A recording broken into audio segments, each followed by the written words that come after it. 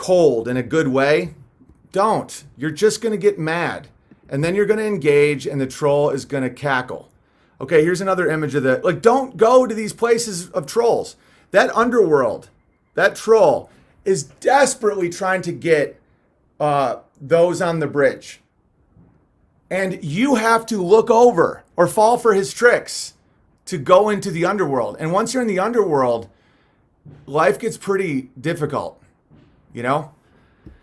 And this weekend I saw some real images of the underworld. And it's like, that's where they want you. That's where they want your mind.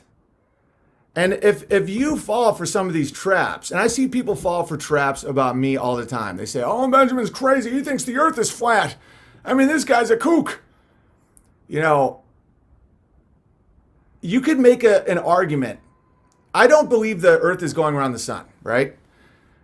It's infinitely more sane to think what I think than to go to a baseball game. And I'll explain. First off, it appears as though the sun is going around the earth. That's what my senses tell me. An insane person would look at the sun going through the sky and they would say, that isn't moving, I'm the one moving. And then they would say, there's no evidence that I'm moving at all, but I believe I'm moving and that isn't moving. Okay, I understand, you know, Copernicus, blah, blah, blah, they've proven they did it. Okay, just basic sanity versus insanity. If you see something, if you see a bird fly by and you think the bird is stationary, I am moving, that's a pretty crazy thought, right? I'm not calling you crazy. I'm just saying stop judging me and stop saying nonsense. Think about going to a baseball game. A baseball game is 3 hours long and there's 18 total minutes of actual sport. That's how much they move. The baseball stadium seats are designed for pain, especially if you're over 6 feet tall or you don't have a giant cushiony ass. The seat is almost intended to hurt your ass, make your knees hurt, and it's hard as a rock. Okay, parking at a standard baseball game is $30 an hour. Most people who go there don't even make, or $30. Most people who go to a baseball game don't make that in an hour of their work. But yet you'll take your labor, you'll give it to someone just so you can put your car next to a stadium where you will see 18 minutes of adult millionaires play a child's game as you sit in a chair that hurts your body. And then you're going to spend $8 for food called a hot dog, which is food that used to be fed to swine. A hot dog is the lowest of the low when it comes to food quality. It's the scraps of actual meat would be collected and ground up and put in these containers, these like sleeves, and they would be fed to prisoners. And so you will take your hard-earned money, you'll pay someone so you can put your car next to a giant stadium, then pay more money, sometimes $100, to go into a place where you sit on a hard chair, spend a lot of money on the worst imaginable food in the world, and then the thing you're watching, you only get one angle, versus at home, you could watch the game, be in the comfort of your own home, and there's cameras that are designed to make sure that you see close-ups of everything that's happening. So think about what is the rational man and what is the irrational man. The rational man sees the sun going through the sky and says, wow, that looks like it's moving. The rational man says, of course I'm not going to spend my hard-earned money to hurt my body, eat food that was designed for pigs, and watch grown male millionaires play a child's game for 18 minutes in a 3-hour span. And then I'm going to sit in traffic on my way home, and that's it. And maybe someone will give me a bobblehead doll that gives me a lot of anxiety. Okay, who's the crazy one, guys?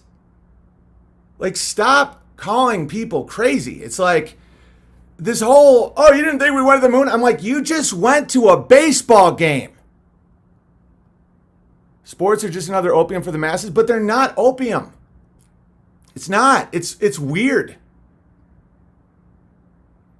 It's like and this is one thing about some men that understand that others don't. It's like I played sports. I'm an athlete. Like I played football. I played lacrosse in college. I briefly played rugby. And the difference between, oh yeah, we should talk about the law of the land. Okay. So cops, their job is order. They just want everything to run smoothly. The laws are designed so the United States corporation runs smoothly. Supply chain unaffected. Businesses thrive. People aren't attacked in the streets. You know, prices are going up. Control is maintained. Power is maintained. All that stuff, right? So you just have to understand the game because I pay all my taxes. I always will pay my taxes. I follow the law. And some people are like, how dare you? They don't even understand what money is. People think that NASA is stealing money. I went through that phase when they said, oh, $58 million a day, and they won't even go. This is what money is, right? Money's a control thing. Because when Trump was going into office and everyone said he was going to cut spending and we'd work on the budget or the debt, and spending just went up. You know, they just raised our debt, all of it. And then you have to understand that the debt will never go anywhere, and the debt is a control mechanism. Where do they put the debt sign? The signs changed over my lifetime, but my entire lifetime, there's been a national debt ticker right in the heart of Manhattan. Is that to inform you? No. That's to scare you and to keep you in compliance. Our national debt, 21 trillion. Your family owes 986,000, right? Money isn't real. That's one of the main problems I have with these ANCAP people and these libertarians. Oh, everything should be privatized. How'd the Federal Reserve work out? We privatized our money. How's that going for you? These people are not motivated at all by money. They're motivated by compliance. I pay my taxes. I pay a lot in taxes. I do. I do it gladly. I'll never question it. I follow the law. Why? Because they need compliance. That's the name of the game, guys. And you can try and fight it all you want. When I went from football to rugby appeared ridiculous. You know, football made sense. And in college, I missed the violence of football. So I started playing rugby when lacrosse wasn't going. And the rules were just like retarded to me. They're like, well, you take the hoodly daddle and throw it. And then the second scrum. I'm like, okay, the irrational man tries to change the rules and said, oh no, we're going to change these rules. This isn't fair. Or they say, no, let's do it more like the way I want to do it. This isn't moral. No, the rational man sees the rules and operates within the rules. Money isn't anything but a compliance tool. And people are like, well, what do they do with all this money? Right? Money is gold stars, right? So the authority figure in your classroom puts a gold star on your paper and says, good job. This is how irrational people are. People, right now, when they look at stuff like the national debt, and they're like, how do they spend 1.3 trillion? And then money isn't real. It's just a control mechanism. And I'm not going to fight it. I'm fine. These are the rules of life. The police want to maintain order. The government wants to maintain control. Everything is supply chains and everything has to work. Within that, establish morality in your home, thrive, have children, do your job well, pray to God, stay healthy. That's life. It will never change. All these anarcho-capitalists, they're just these daydream. They're just like, Grimm's fairy tales are more real than what they think about. They're like, well, there shouldn't be a government. I'm like, show me one time in human history when there isn't a government. It will always be there. It's a mafia. It's a mafia. It will always be there. The very ANCAPs that are so against government would form one if the government went away. It's human nature. You can't fight it. Don't fight reality. End up a gamma troll. If you fight reality, end up like these people who now actually have convinced themselves that I'm some kind of cult leader, right? Government will never go away. The good news is human beings are very peaceful and law-abiding and moral, left alone in their natural conditions. And cities, not at all. It's psychotic. But if the government has bumps and falls and more different control comes in and bills and people are fine. You're going to be okay. as long as you see reality for what it is and all that. If the government fails, you don't die. Life just goes on. You know, Hollywood makes you think that there's going to be these zombie apocalypses and all that. Manhattan? Yeah. LA? Sure. But most people won't. And then there's going to be a farmer with food and he can sell it and you just figure it out. And then another government will rise and sometimes you won't even see any of this stuff happening. But this is the game, right? So this is what money is. Just to help you with anxiety, that debt ticker will never go down. Our entire economy is based on debt. What is debt? It's just when they print money. Money has no value at all, except for compliance. Give it to them. Understand the rules. Imagine someone in a sporting game where they're like, well, no, I don't think that rule is very fair. I think that the kicker should have 8 seconds before the field goal. It's like, get out of here. It's like, but I'm just trying. It's like, this is what it is.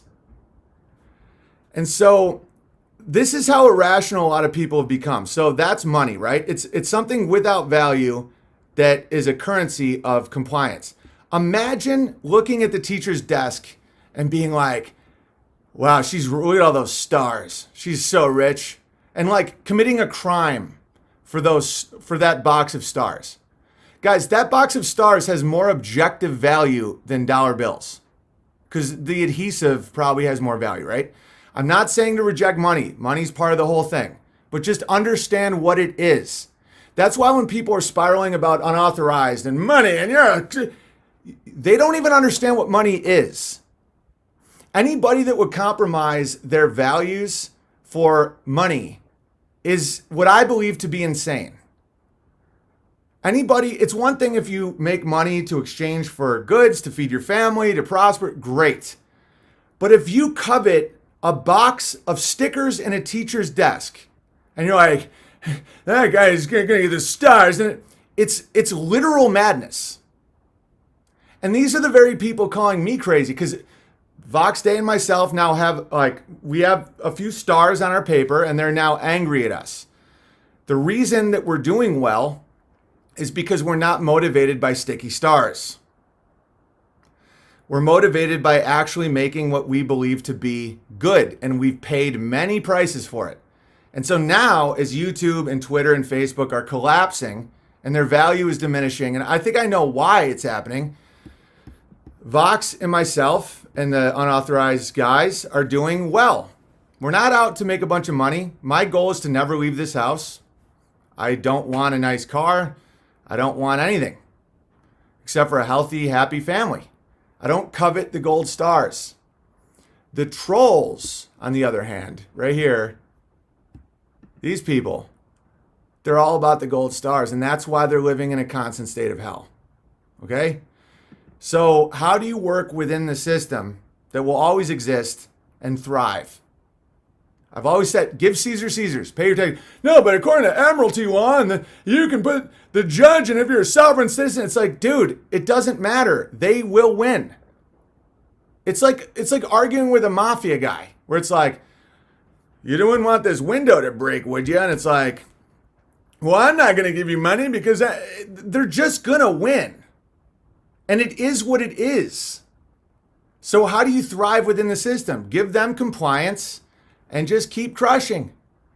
And the system doesn't have to work against you. Like the real underworld in the system is family law. You know, and the trolls, these situations, because family law is subjective and the motivations are all over the place. You know, they almost make money on family pain, but they always go after the vulnerable, the broken, families that have beef and wrath and you know, all this stuff. And then it's very anti-male and all this stuff. Stay away from that whole world. Keep your house very ordered, because like that troll is in the underworld, right? And the closest I've ever seen to a true underworld is family law, where it's just endless narratives and fees and pain and all. Like the more you can just stay out of that, the better, because it isn't fair. It just is what it is. You know, there's this level of entitlement that's happening with people now where they think that they're going to live in a world without trolls and without kings and without all this stuff. And you aren't. These are cautionary tales. Maintain order and compliance to the criminal system, to the IRS, and they will leave you alone and you can have a great family. You know, maintain love and order and faith in your family and don't threaten each other and fight and all this stuff. And you can stay away from the underworld of the troll. And from there, crush. And it's a wonderful life. And nothing is new about any of this. And these trolls that came after me broke the code. You know, this is what they're allowed to do. You know, filing a false police report, man, that's a serious crime. And they take it very seriously. You know, my neighbor's a cop and his daughter is a social worker. And we hang out all the time. Very good guy. And, you know, cops are frustrated at all the bad guys they can't put away. If anything, the system is rigged against the police being able to do their job. And then a lot of these systems are rigged so the extremely vulnerable, you know, the broken homes, the single moms, the very poor, the drug addicted, all these people, they're the ones that the system will manipulate and feed on. And a lot of these actual criminals don't go to jail. You know, it's about that level. Most of the system are people trying to do a good job. That's a reality. Most cops want people to stop hurting each other, want everyone to just calm down, right? You will get the rogue scum, you know, that try to profit on the pain of others. But in general, the real darkness of the system, which exists, feeds on the extremely vulnerable, and it frustrates the social workers. It frustrates the cops because there isn't, but they do get to save people sometimes. They do get to help, and they love that. But one thing they despise is when people try to use the system for personal vendettas about nonsense. And it's not illegal to talk shit online. It is illegal to file a false police report or to try and say that someone's business is a fraud when it isn't. There's serious laws in place for this. I am a politically incorrect comedian. So if your feelings have been hurt by the words that come out of my mouth, and this is another thing that like the milkers don't understand. How dare you? Nick Fuentes has done more to take down conservative ink than I am a comedian. I don't like Ben Shapiro. I don't like Charlie Kirk. I like mocking them as a comedian does. I don't want their power. I don't even care that much about them.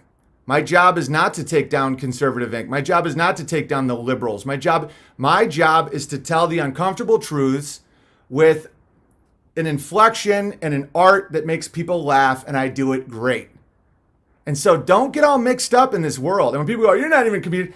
I'm one of the most prolific comedians in the world. I've done, even like, look at the credits out of Hollywood. 2 Comedy Central specials, Leno, Fallon. I've been in movies. I was one of the leads of a sitcom. Since then, I've done 4 independent specials. It's one of the reasons why Hollywood hates me so much is because I wouldn't comply. And also I showed the world that you don't need an agent. That shakes the roots of these people. That's one of the most personal vendettas they have against me, is that my career and success shows that they're not needed.